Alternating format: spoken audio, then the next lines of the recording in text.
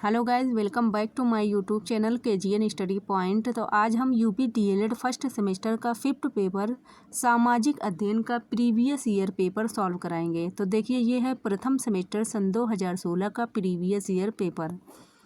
पहले है बहुविकल्पीय प्रश्न। तो इसका फर्स्ट क्वेश्चन है, गद्य और पद्य दोनों में रचित वेद है। पहला है ऋग्वेद, दूसरा है सामवेद, तीसरा है यजुर्वेद, चौथा है अथर्ववेद। तो गद्य और पद्य दोनों में रचित वेद यजुर्वेद है। तो इसका तीसरा ऑप्शन सही होगा, यजुर्वेद। नेक्स्ट क्वेश्चन, अपने देश का आदर्श राष्ट्रीय वाक्य सत्यमेव जयते कहाँ से लिया गया है। पहला है कठोपनिषद से, दूसरा है मुंडकोपनिषद से, तीसरा है छंदोग्य उपनिषद से और चौथा है ऋग्वेद से। तो अपने देश का जो राष्ट्रीय वाक्य है सत्यमेव जयते वो लिया गया है मुंडकोपनिषद से। तो इसका दूसरा ऑप्शन सही होगा, मुंडकोपनिषद। नेक्स्ट क्वेश्चन, महात्मा गांधी के गृह त्याग को बौद्ध ग्रंथों में क्या कहा जाता है। पहला है महाभिनिष्क्रमण, दूसरा है महापरिनिर्वाण, तीसरा है धर्मचक्र परिवर्तन, चौथा है अपरिग्रह। तो महात्मा बुद्ध के गृह त्याग को बौद्ध ग्रंथों में महाभिनिष्क्रमण कहा गया है। तो इसका पहला ऑप्शन सही होगा, महाभिनिष्क्रमण। नेक्स्ट क्वेश्चन, सियादवाद किस धर्म के दर्शन का मूल आधार है। पहला है शैव धर्म, दूसरा है बौद्ध धर्म, तीसरा है भागवत धर्म, चौथा है जैन धर्म। तो सियादवाद जो है वो किस धर्म के दर्शन का मूल आधार है, तो वो है जैन धर्म का। तो इसका चौथा ऑप्शन सही होगा, जैन धर्म। नेक्स्ट क्वेश्चन, श्वेतांबर और दिगंबर नामक संप्रदाय किस धर्म से संबंधित हैं। तो श्वेतांबर और दिगंबर किस धर्म से संबंधित हैं। पहला है जैन धर्म, दूसरा है बौद्ध धर्म, तीसरा है ईसाई धर्म, चौथा है वैष्णव धर्म। तो श्वेतांबर और दिगंबर जैन धर्म से संबंधित हैं। तो इसका पहला ऑप्शन सही होगा, जैन धर्म। नेक्स्ट क्वेश्चन, कौन सा साहित्य धर्मेंतर साहित्य है। पहला है राजतरंगिणी, दूसरा है जातक कथा, तीसरा है महाभारत, चौथा है रामायण।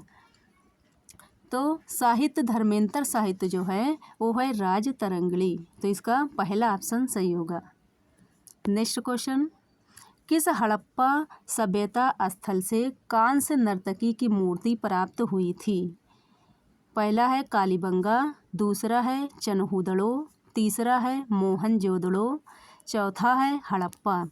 तो कांस्य नर्तकी मूर्ति वो मोहनजोदड़ो से प्राप्त हुई थी, इसलिए इसमें तीसरा ऑप्शन सही होगा, मोहनजोदड़ो। नेक्स्ट क्वेश्चन, ग्लोब पर दो स्थानों के बीच न्यूनतम दूरी होती है। पहला है 45 उत्तरी अक्षांश पर, दूसरा है 45 दक्षिण अक्षांश पर, तीसरा है अंतर्राष्ट्रीय तिथि रेखा पर और चौथा है प्रधान देशांतर पर। तो ग्लोब पर दो स्थानों के बीच की जो न्यूनतम दूरी होती है वो प्रधान देशांतर पर होती है। तो इसका चौथा ऑप्शन सही होगा, प्रधान देशांतर पर।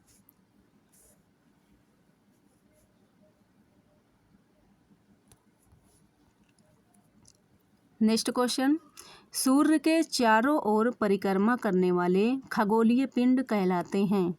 पहला है क्षुद्र ग्रह, दूसरा है उपग्रह, तीसरा है ग्रह, चौथा है पुच्छल तारा। तो सूर्य के चारों ओर जो परिक्रमा करने वाले होते हैं खगोलीय पिंड, तो उसे ग्रह कहते हैं। तो इसका तीसरा ऑप्शन सही होगा, ग्रह। और जो ग्रह के चारों ओर चक्कर लगाते हैं उसे कहते हैं उपग्रह। नेक्स्ट क्वेश्चन, सूर्य से सबसे दूर स्थित सूर्य से सबसे दूर स्थित ग्रह है। पहला है प्लूटो, दूसरा है नेपच्यून, तीसरा है यूरेनस, चौथा है जुपिटर। तो सूर्य से जो सबसे दूर स्थित ग्रह है वो है वरुण। तो वरुण को हिंदी में वरुण कहते हैं और इंग्लिश में नेपच्यून। तो इसका दूसरा ऑप्शन नेपच्यून सही होगा। नेक्स्ट क्वेश्चन, पृथ्वी पर दिन एवं रात होने का कारण है। पहला है पृथ्वी के अक्ष पर झुकाव, दूसरा है पृथ्वी का सूर्य के चारों ओर, तीसरा पृथ्वी के सापेक्ष सूर्य की गति, चौथा है पृथ्वी का अपने अक्ष पर घूर्णन। तो पृथ्वी पर दिन एवं रात होने का कारण है पृथ्वी का अपने अक्ष पर घूर्णन, तो इसका चौथा ऑप्शन सही होगा। नेक्स्ट क्वेश्चन, 0 अंश 0 डिग्री अक्षांश को कहते हैं। पहला है भूमध्य रेखा, दूसरा है कर्क रेखा, तीसरा है मकर रेखा, चौथा है आर्कटिक वृत्त। तो जो 0 डिग्री अक्षांश को क्या कहा जाता है, तो वो हो जाएगा भूमध्य रेखा, तो इसका पहला ऑप्शन सही होगा। नेक्स्ट क्वेश्चन, भूमध्य रेखा पर सूर्य की किरणें कब सीधी पड़ती हैं। पहला है 23 सितंबर को, दूसरा है 21 मार्च को, तीसरा है 21 जून को और चौथा है 25 दिसंबर को। तो भूमध्य रेखा पर सूर्य की किरणें 23 सितंबर और 21 मार्च दोनों को पड़ती है, तो इसमें 2 ऑप्शन सही है। वैसे सही ऑप्शन होगा 21 मार्च, तो इसका दूसरा ऑप्शन सही होगा 21 मार्च। नेक्स्ट क्वेश्चन, ग्राम पंचायत के सदस्य चुने जाते हैं। पहला है 2 वर्ष के लिए, दूसरा है 5 वर्ष के लिए, तीसरा है 7 वर्ष के लिए और चौथा है 10 वर्ष के लिए। तो ग्राम पंचायत के जो सदस्य चुने जाते हैं वो 5 वर्ष के लिए चुने जाते हैं, तो इसमें दूसरा ऑप्शन सही होगा 5 वर्ष के लिए। नेक्स्ट क्वेश्चन, संविधान सभा के अस्थाई अध्यक्ष हैं। पहला है जवाहरलाल नेहरू, दूसरा है डॉक्टर राजेंद्र प्रसाद, तीसरा है महात्मा गांधी, चौथा है डॉक्टर भीमराव अंबेडकर। तो संविधान सभा के अस्थाई अध्यक्ष डॉक्टर राजेंद्र प्रसाद हैं, तो इसका दूसरा ऑप्शन सही होगा डॉक्टर राजेंद्र प्रसाद। तो ये था बहुविकल्पीय प्रश्न। अब देखते हैं अति लघु उत्तरीय प्रश्न।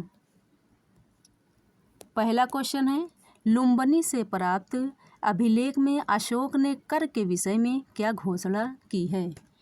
तो लुम्बिनी से प्राप्त अभिलेख में अशोक ने यह घोषणा की कि गांव के धार्मिक कर माफ़ कर दिए और मालगुजारी के रूप में 8वां हिस्सा माफ़ कर दिया। नेक्स्ट क्वेश्चन, 2 विदेशी यात्रियों के नाम लिखिए। तो 2 विदेशी यात्री, पहला हो जाएगा फाहियान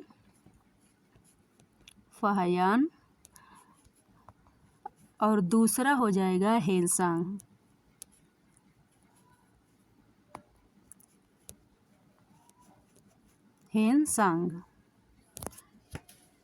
नेक्स्ट क्वेश्चन, पाषाण युग को कितने भागों में बांटा गया है, उनके नाम लिखिए। तो पाषाण युग को 3 भागों में बांटा गया है।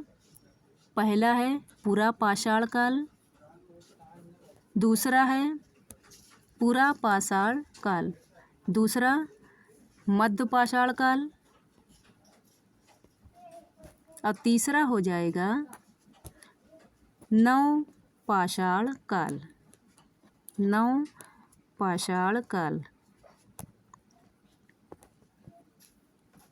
नेक्स्ट क्वेश्चन,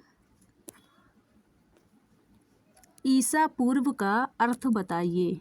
ईसा पूर्व का अर्थ, तो ईसा मसीह के जो जन्म के पहले का समय है वो ईसा पूर्व कहलाता है। तो आप ऐसे लिख सकते हैं कि ईसा मसीह के जन्म के पहले का समय ईसा पूर्व कहलाता है।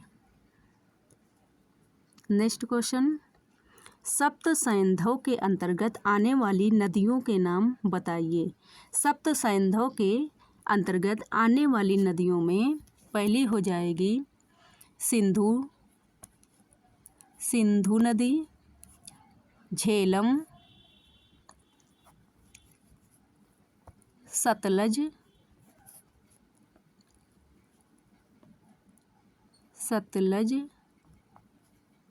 व्यास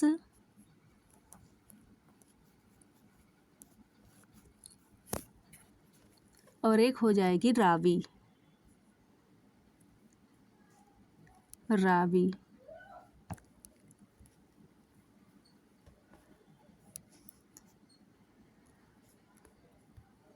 तो सप्त सैंधव के अंतर्गत आने वाली नदियों में 4-5 नदियों के नाम आप लिख देंगे, जैसे हो जाएगा सिंधु, झेलम, सतलज, ब्यास और रावी। नेक्स्ट क्वेश्चन, 16 महाजनपदों में से कौन से 4 प्रमुख महाजनपद थे? 16 महाजनपदों में 4 प्रमुख जो जनपद थे, तो पहला था मगध, दूसरा हो जाएगा वत्स, तीसरा हो जाएगा कौशल और चौथा हो जाएगा अवंती। तो 16 महाजनपदों में से ये 4 प्रमुख महाजनपद हैं, मगध, वत्स, कौशल और अवंती। नेक्स्ट क्वेश्चन, क्षुद्र ग्रह कहाँ पर पाए जाते हैं? क्षुद्र ग्रह जो है वो मंगल और बृहस्पति ग्रह की कक्षाओं के बीच पाए जाते हैं। क्षुद्र ग्रह मंगल और बृहस्पति ग्रह की कक्षाओं के बीच पाए जाते हैं। नेक्स्ट क्वेश्चन, तारा किसे कहते हैं? तारा किसे कहते हैं? तो वह आकाशीय पिंड जो अपने प्रकाश से प्रकाशित होता है और प्रकाश तथा ऊष्मा वितरित करता है, तारा कहलाता है। वह आकाशीय पिंड जो अपने प्रकाश से प्रकाशित होता है और प्रकाश तथा ऊष्मा वितरित करता है, तारा कहलाता है। नेक्स्ट क्वेश्चन, चंद्र ग्रहण की स्थिति का चित्र बनाइए।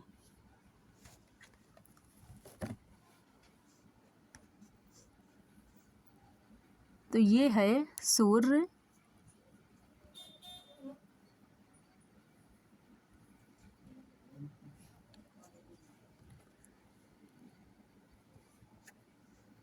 और ये हो जाएगा पृथ्वी,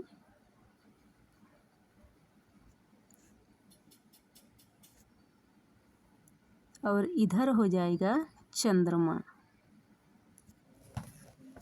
तो इस तरीके से आप चंद्र ग्रहण की स्थिति का चित्र बना सकते हैं, क्योंकि जब सूर्य और चंद्रमा के बीच पृथ्वी आ जाती है तो चंद्र ग्रहण होता है। जब सूर्य और चंद्रमा के बीच पृथ्वी आ जाती है तो चंद्र ग्रहण होता है। तो इस तरीके से हम बना दी हैं, ये है सूर्य और ये हो जाएगा पृथ्वी और ये लास्ट में हो जाएगा चंद्रमा। तो देखिए सूर्य और चंद्रमा के बीच पृथ्वी आ जाने के कारण ये यहाँ चंद्र ग्रहण कहा गया है। नेक्स्ट क्वेश्चन,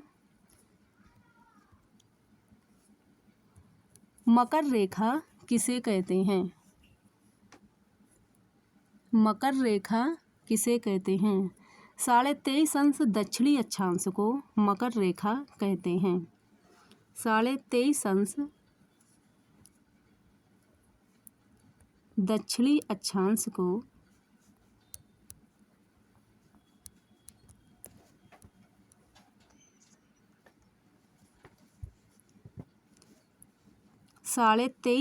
दक्षिणी अक्षांश को मकर रेखा कहते हैं। नेक्स्ट क्वेश्चन, अंतर्राष्ट्रीय तिथि रेखा किसे कहते हैं? 180 अंश देशांतर रेखा को अंतर्राष्ट्रीय तिथि रेखा कहते हैं। किसको? 180 अंश देशांतर रेखा को अंतर्राष्ट्रीय तिथि रेखा कहते हैं। नेक्स्ट क्वेश्चन, भारत के पड़ोसी देशों के नाम लिखिए। भारत के पड़ोसी देशों के नाम लिखिए। तो भारत के पड़ोसी देश पहला हो जाएगा पाकिस्तान,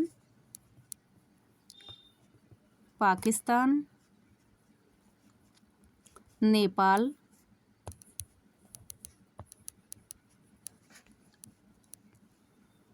चीन,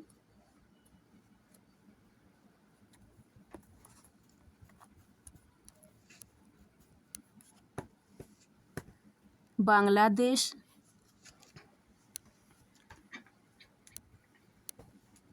बांग्लादेश,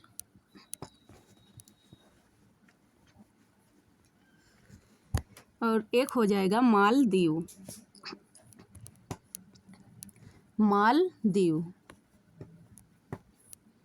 तो ये हैं भारत के पड़ोसी देशों के नाम। नेक्स्ट क्वेश्चन, भारत के कौन से 2 द्वीप समूह हैं?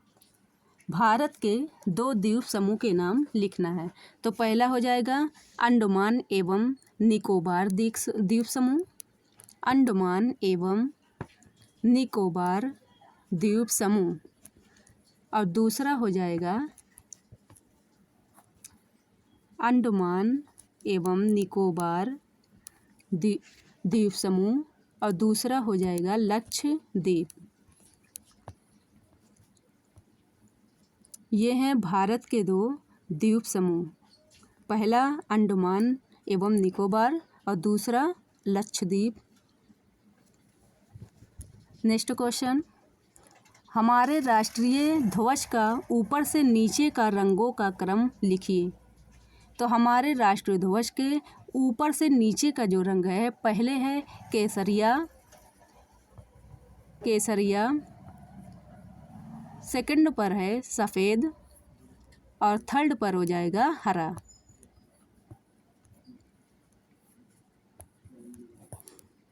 तो सबसे ऊपर कौन सा रंग होता है झंडे में? केसरिया, और दूसरे पर सफ़ेद, और तीसरे पर हरा।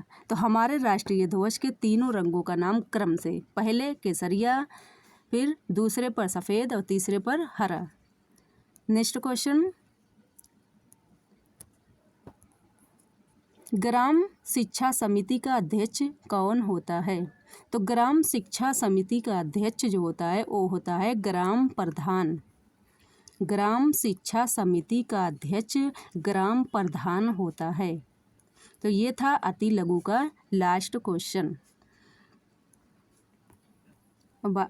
अब स्टार्ट होता है लघु उत्तरीय प्रश्न 31 से 40 तक, जिसमें 10 क्वेश्चन आएगा लघु उत्तरीय प्रश्न। और अगर हमारे चैनल को सब्सक्राइब नहीं किए हैं तो प्लीज़ चैनल को सब्सक्राइब कीजिए, लाइक कीजिए और बेल आइकन को ज़रूर दबाएं। धन्यवाद।